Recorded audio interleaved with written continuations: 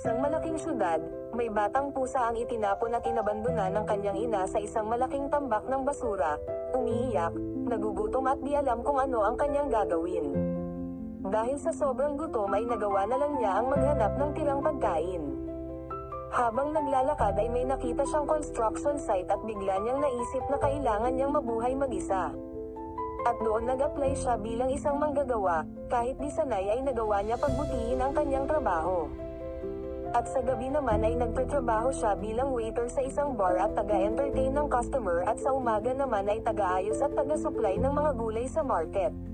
At kahit kumikita na siya ng malaki sa kanyang trabaho ay kumakain pa rin siya ng isang sandwich araw-araw. Dahil dito ay nakapag-ipon siya ng pera sa kanyang garapon. Dahil alam niya sa sarili niya na ang pag-iipon ay susi sa kanyang pangarap. Hanggang isang araw ay napuno na ang kanyang ipon at nagdesisyon siyang bumili ng restaurant sa syudad, at di niya inakala na sa unang pagbukas ng kanyang restaurant ay dudumugan agad siya ng maraming customers. Hanggang nagpatuloy ang kanyang maunlad na negosyo at di kalaonan ay in-interview siya ng sikat na vlogger na si Nats TV Animals.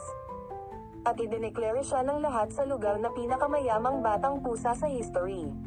Maraming salamat sa panonood. Huwag kalimutan mag-like, share, follow and subscribe to my channel.